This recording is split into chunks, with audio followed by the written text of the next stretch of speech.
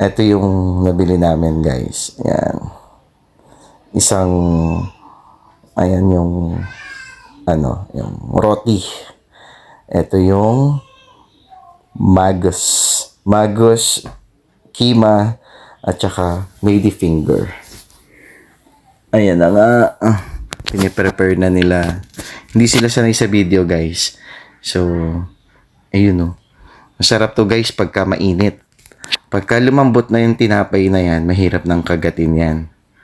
Para ng bubble gum, kung sabi nila. O yung basahan ba.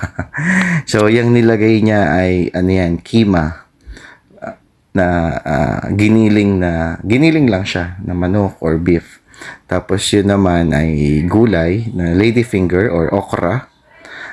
At ito yung magus or brain. Ayan. So, ganyan lang kami kumain ng breakfast sa kanila.